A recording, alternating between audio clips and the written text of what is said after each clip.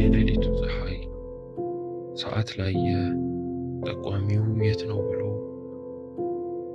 ቁጥሩ ግራ የሆነበት ደቂቃውን አየ ደግሞ። በጨለማ እንደ ወትሮ ለጠበቀ ጥቁር ሰማይ እንግዳ ነው ብርሃኑ ያለ ጊዜው ሲታይ ፀሐይ።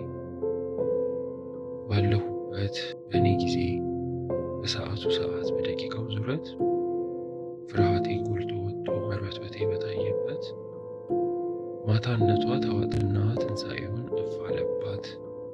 አረሳሳት ማንነቷን ጨለማዬን ቀና አረጋት።